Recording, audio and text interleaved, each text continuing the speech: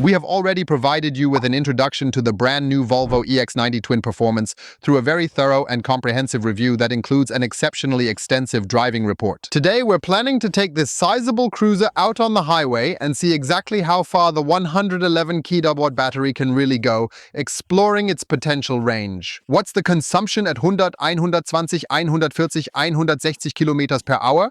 Can it hit 250 kilowatts peak and thus 1080 in 30 minutes at the charger? Let's give it a try. Just like the assistance systems. Is all of this really the very latest and greatest hot stuff? Because he also has a big fat ladder sensor on board up there. Or is there a need for improvement? And of course, we also want to see how the ride comfort is. We've got Stefan's seat of the pants feel on board for that. I would say we're not wasting any time. Let's get started with the consumption drive of the brand new Volvo EX90. Twin Performance boasting an impressive 500 horsepower, and we have just started our journey from the vibrant city of Hamburg, making our way towards the A24. That leads us to Mecklenburg, which we know well. We've tested many cars there already. It is topographically, in my opinion, quite well balanced indeed. And with that, let's proceed to the starting point. What I previously forgot to mention in the introduction, feel free to check out if you are part of the Drive Electric community. We would be delighted if you support us with your subscription so we can grow a little, can thrive and offer you even more electric car video content. We have the Volvo EX90 as a twin performance model. Twin means two electric motors, one on the front axle, one on the rear axle, with a combined system output of 380 kilowatts, 517 horsepower, and 910 Newton meters of torque. 0 to 100 in 4.9 seconds. Although we measured 5.5 on such a rural road, just like that from a standstill, which I find an excellent value, and the top speed is limited to 180 kilometers per hour, as with all Volvo vehicles. Today it's 6 degrees as shown clearly on the display, and we have lovely, beautiful sunshine. And have the winter tires fitted in this particular size, Stefan? Yes, we've got mixed tires, 265 at the front, 295 at the back, all mounted on a 22-inch setup.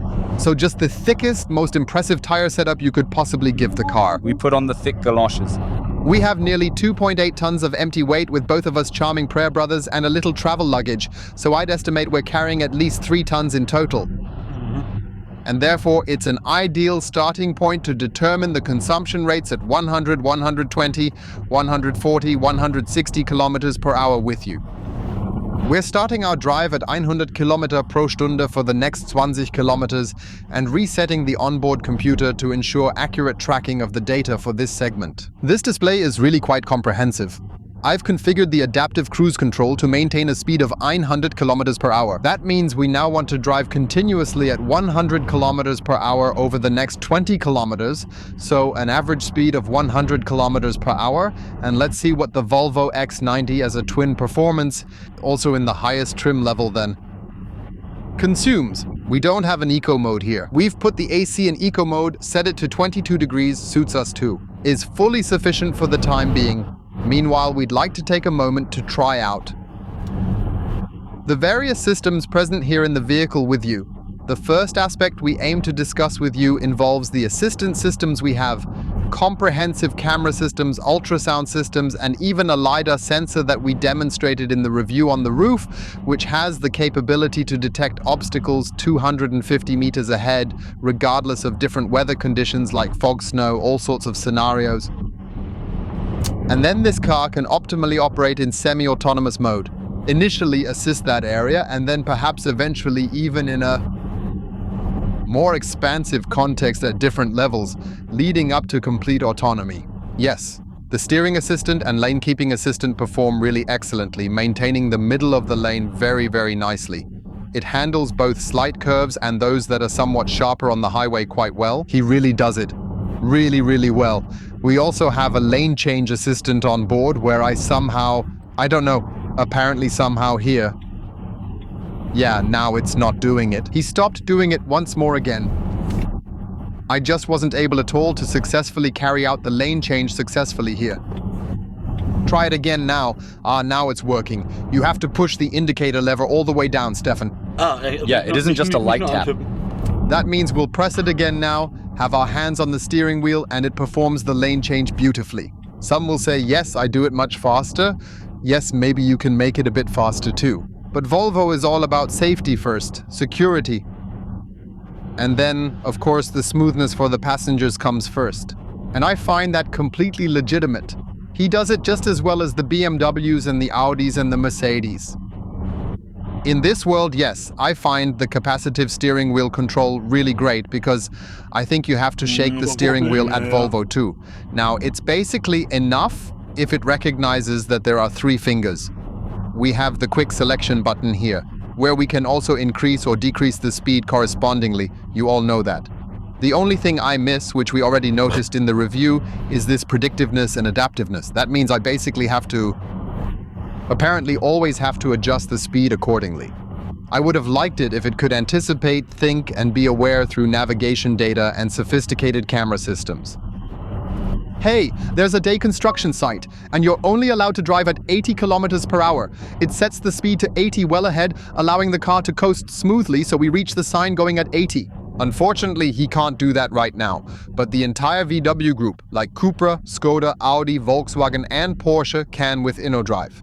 As well as prestigious brands like Mercedes and BMW, extending even to our French friends at Renault. And that's what I would have wished for, like Volvo as a Swedish top brand, premium manufacturer, to do as well. Well, that would have been nice. I'm somewhat torn and a bit disappointed because especially with larger cars, you really like to take them on the long-distance journeys. And that's pretty cool because sometimes you might be careless, talking on the phone, chatting, or somehow distracted, and then you might miss a sign. If you have an effective system that is capable of such tasks and can also adapt accordingly, it often proves to be incredibly helpful. Let's take a look at the initial consumption. We covered a distance of 21 kilometers, maintaining an average speed of 97 kilometers per hour as indicated by the onboard computer, and have a consumption rate of 24 kilowatt hours per every 100 kilometers. To be perfectly honest, I have to admit that really is quite a significant amount. That's ambitious, definitely, yes, at 6 degrees. Sure, we've got almost 2,8 tons of empty weight here with us, over 3 tons with passengers, and clearly due to an SUV shape, certainly not the best. Aerodynamics, but it still feels pretty snappy. At the moment, it's 6 degrees Celsius outside. It's not exactly freezing or anything drastic. I kind of hoped the Volvo would manage to stay just a bit under 20 degrees, considering the situation we're facing. 19, I might have said, would be quite ideal, because apparently he is capable of that too, as I've read. Turn off an engine. And you might speculate, because it's also rear-wheel drive, to turn off the rear one, so the front one, and then push the car. Nah, essentially it turns off the rear motor and then pulls it with the front one in a partial load range when the rear drive power isn't really needed, because that's also when Volvo, of course, tries to optimize. Try to maintain the energy consumption as low as possible. And I must say, I find 24 kilowatt hours to be quite significant indeed. Ambitious. Yeah. I'm accelerating the adaptive cruise control to 120 kilometers per hour. We've accomplished that. I've reset the onboard computer. Now, we're going to monitor and observe how the fuel consumption evolves if we manage to consistently maintain an average speed of 120 kilometers per hour over the course of the next 20 kilometers. A quality electric car in 2025 should ideally come equipped with superior route and charging planning features easily accessible through intuitive voice commands. Cars. Wishing you all the best right now. Hey Google, kindly navigate us to Munich at the address Viktualien Markt 1. Would you kindly navigate us please to the Viktualien Markt 1 in Munich, making sure we have the correct route to our destination? The Ionity charging station appears to us as very nice because I applied a filter. So you can also filter everything else like from EMBW, Allegro, Aeropals, wherever you might have good charging conditions. You have the option to pre-select all of those options directly in your Volvo vehicle, making any necessary adjustments as needed. And then I believe, having Google Maps, I have an outstanding partner with an impressive real-time traffic detection system that cleverly adapts to the routes. Especially when you're driving through expansive metropolitan areas, or maybe strategically navigating around them in order to determine the most efficient route possible. And yes, language is always extremely well managed in the Google Assistant area, and this has been consistently so over time. And I believe it is very solid that you not only get the route planning in this app, but also a Comprehensive charging plan included. Yeah, some of you always say, man, Ollie, I don't need any of that charging planning. I want to just spontaneously head out because there are so many charging stations available everywhere. Therefore, I simply enter the next charging station that I feel like going to at the moment. And that's definitely possible as well. I'm not entirely sure, but I think I've accidentally pressed the wrong button here. Sorry? And of course, you can accomplish that by simply searching for available charging stations in the nearby area that are suitable for your particular requirements, and then it shows you the nearest charging station.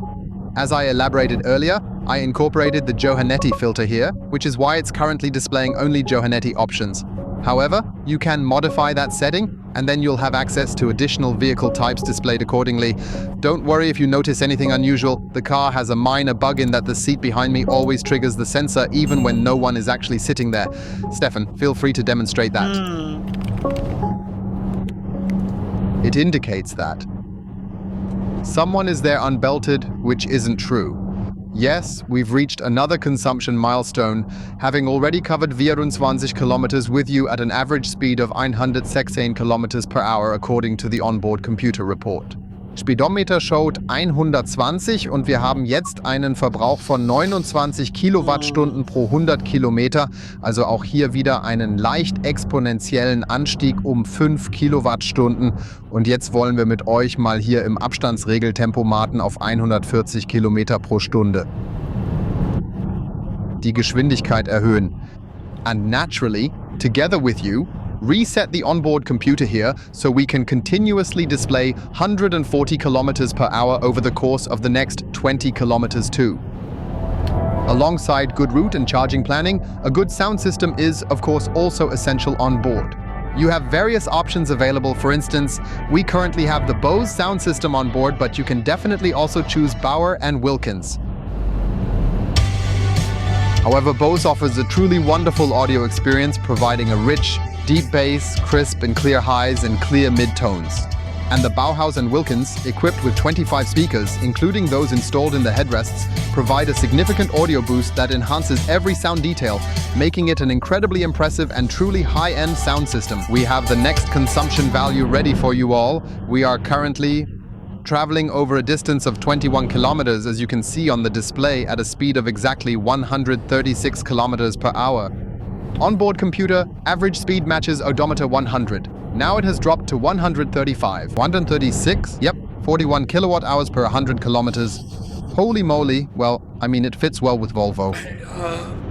That is definitely quite ambitious indeed. We've come across similar figures before with certain Volvo derivatives. There we have 160, but when you look at 140, I genuinely think it's really a bit too much to handle. And from 29 to 41, that jump, that's really mega exponential. Yes. With 107 kilowatt hours, how do you get 230 kilometers at 140? Oh, doesn't work at all. We've now set the adaptive cruise control to 160 kilometers per hour. I'm in the process of resetting the onboard computer now. We plan to cover the next 20 kilometers. Let's find out what the Volvo EX90 consumes at an average speed of 160 km pro Stunde. We've completed the U-turn on the A24 and we are now making our way back once more towards the direction of Hamburg City. And I'm curious to see how the consumption will develop. What deserves praise, by the way, is that the Volvo also maintains a distance at a cruise control speed of 160 km per hour. I think it was the Volvo EX30. It reached 130 kph. Yeah, we did that manually. And with many other test subjects too, so that's great that here with all... Though now, the steering assistant isn't there at 160 kilometers per hour anymore. I don't get it, because Audi and Mercedes manage up to 210 kilometers per hour. So now you've just got lane control. Now he's swaying back and forth between the lanes. In this regard, Volvo, I believe you have some room for improvement because other top-tier or premium manufacturers in Europe manage this quite well. Actually, my intention was to discuss travel comfort with you, which I consider crucial besides navigation systems, assistance features, and all that other relevant stuff that comes into play. How comfortable can one perform on the highway with a car like the Volvo EX90? On a long journey, we will certainly get more test vehicles to explore this more extensively in the future. Today you'll receive just a brief impression, and to ensure it's not merely a subjective opinion. So that it is not something subjective, but we also have comparability with all the other tested vehicles. we have created a medium that embodies this neutrality. It's widely known as Stefan's opometer. Now we'll take a closer look to see how it performs right here on the Autobahn A24 today. Yeah, hey, hello. So, as always, I'll start with the seats. I find the seats super comfortable. I have a nice wide back surface here. I have a good wide seat area. I sit very comfortably in it. I can adjust the seat in all possible directions, which is also very pleasant. And otherwise, I have to say, the ride comfort is quite firm, yet still comfortable. However, I would prefer it to be slightly firmer though, because of course it's an SUV build and structure and so on. But it does have strong boundary conditions, especially if you want to make such a quick load change. Then it begins to tilt slightly already. However, it can sometimes be quite a bit uncomfortable indeed. Yes, we have a two-chamber air suspension system installed here which can then adaptively control the dampers in two distinct stages. And essentially, in specific situations such as dealing with manhole covers, grooves, road bumps, and as we see here, transverse joints and cracks on the pavement. Simply respond then. And I have to definitely say on the highway I find it to be quite smooth. It has sufficient firmness to handle the curves with the distance control cruise control set at 160 here. But of course what Stefan mentions is that if you're driving through fast curves, you might want to experience fewer roll and tilt movements. We have another consumption value. We drove 20 kilometers continuously at 160 kilometers per hour. The onboard computer shows 156 kilometers per hour. Stefan's checked with an iPhone recording 157, and we consume 49 kilowatt hours per 100 kilometers. Impressive. You can do 200 kilometers at an average of 160 kilometers per hour and then recharge. About 200, yeah? Or even if you start with 100% and when you're at 80%, you have 20% less. Oh God, 150 kilowatt or what? Yes, that's really not quite it though. Sounds like a road trip to Italy, right? With the X90. Sure. Exactly. I would recommend that you compare the values tested with those of the other examined subjects. There are some giants among them. EQS SUV, Q8 Audi e-tron. I think they weren't much better either. You should be fair about that. With Volvo, just do a comparison. It's 7 degrees outside. And then I'm curious to see what results you come up with.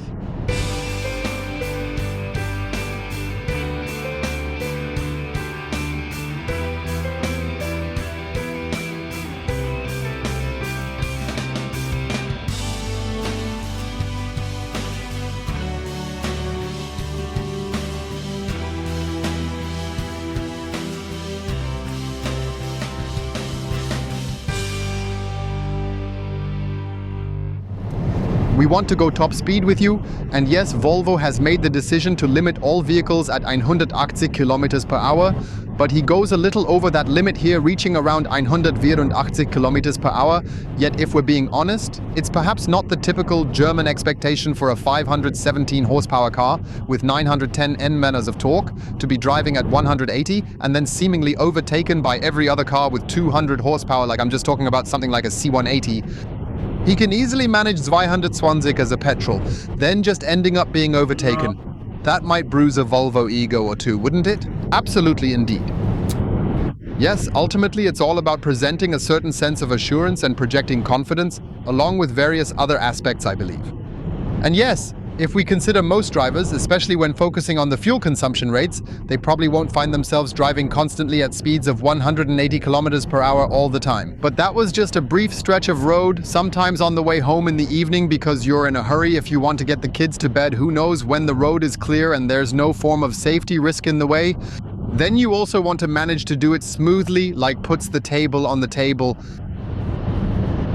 Yeah, that could potentially be the next point where we sort of speed things up a little bit more here. I'm going to 120, and then we'll see. I'll press here 140, 150, 160, 170, and 180. Then we definitely start to notice performance. I have switched to performance mode here, which you can actually do very, very well here. Performance all-wheel drive.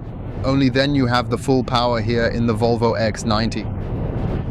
And yes, there's quite a push behind it, as you saw from the 0 to 100 measurement in the review. So in that regard, anyone who loves the thrill of longitudinal acceleration will truly feel at home and best accommodated in a Volvo. You've finally reached Ionity and are now completely ready to swiftly charge up the new Volvo EX90.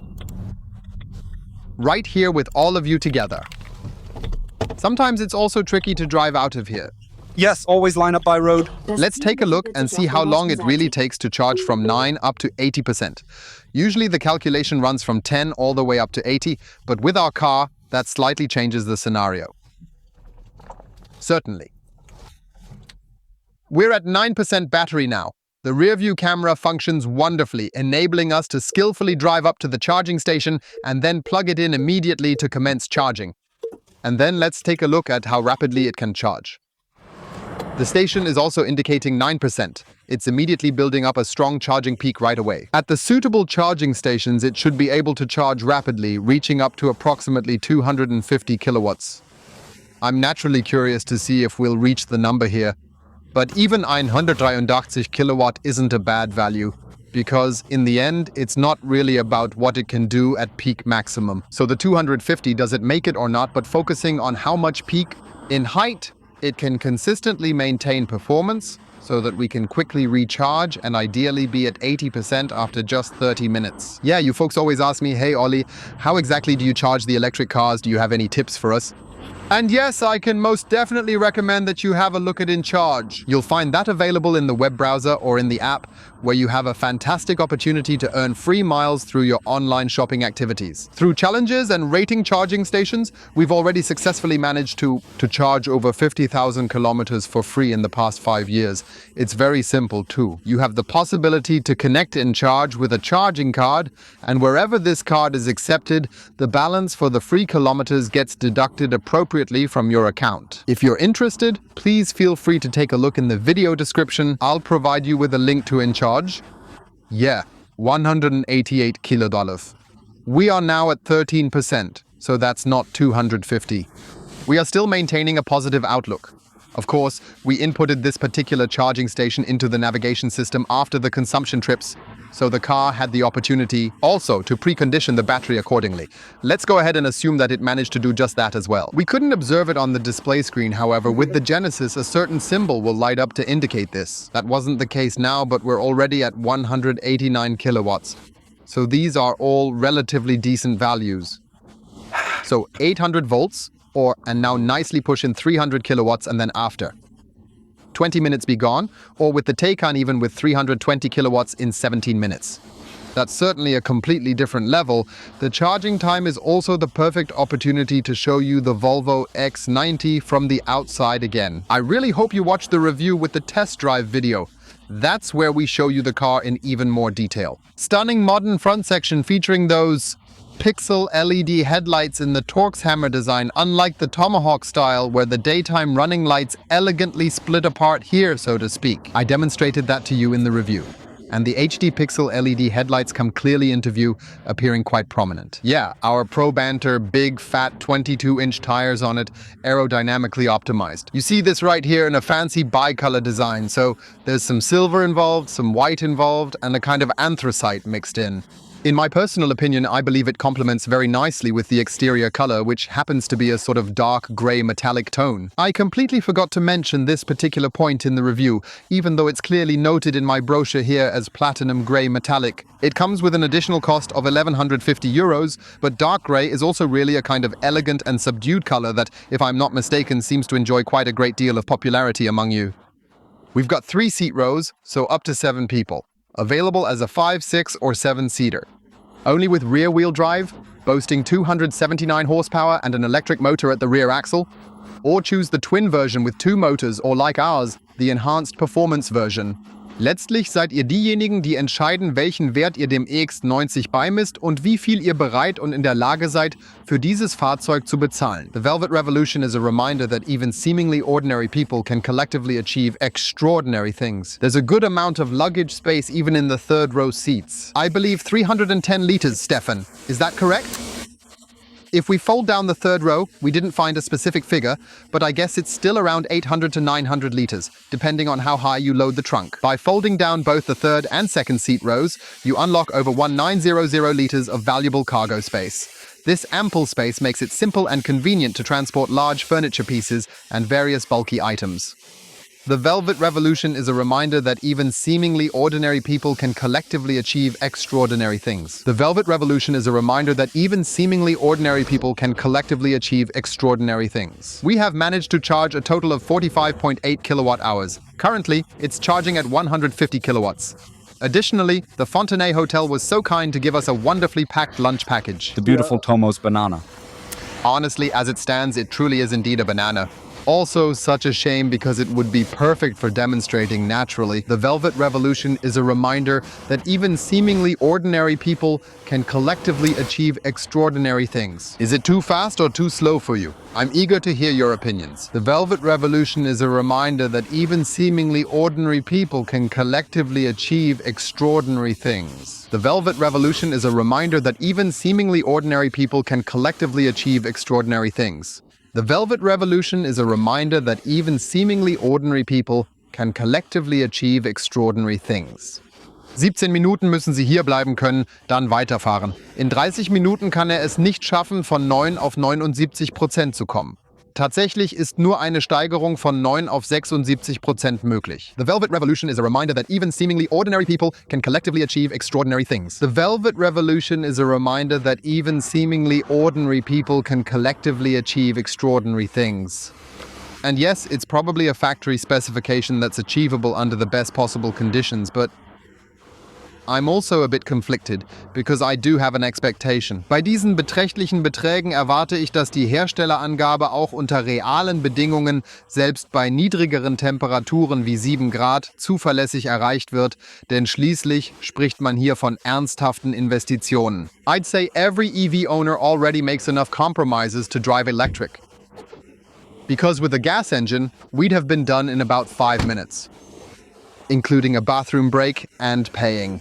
Yet here we are again, spending our valuable time, which you generously give us watching the videos, already over 31 minutes.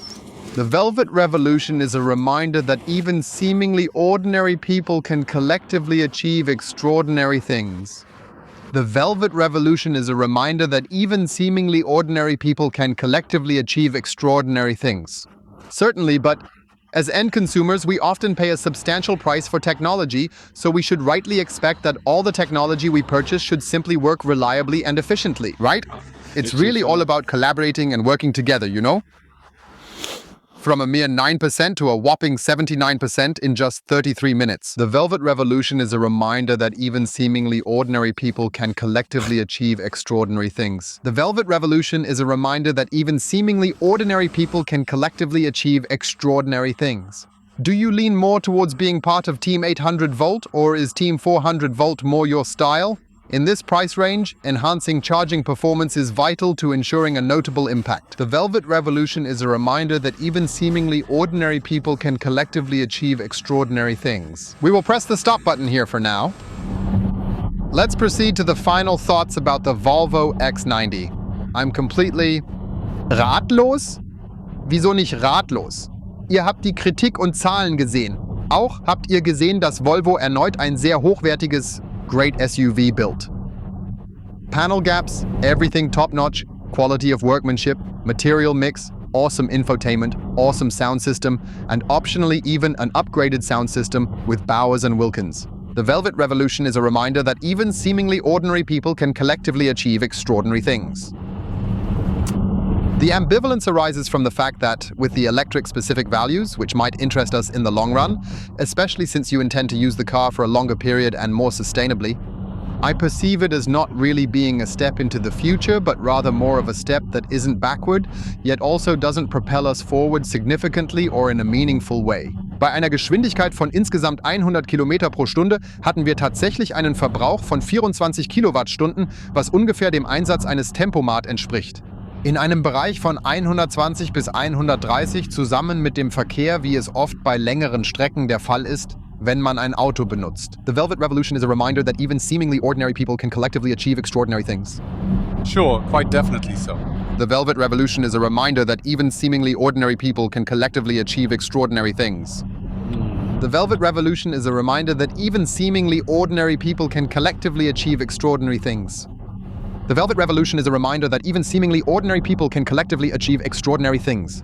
The Velvet Revolution is a reminder that even seemingly ordinary people can collectively achieve extraordinary things. Auch Hersteller wie BYD mit dem C-Line 7 sind zu erwähnen.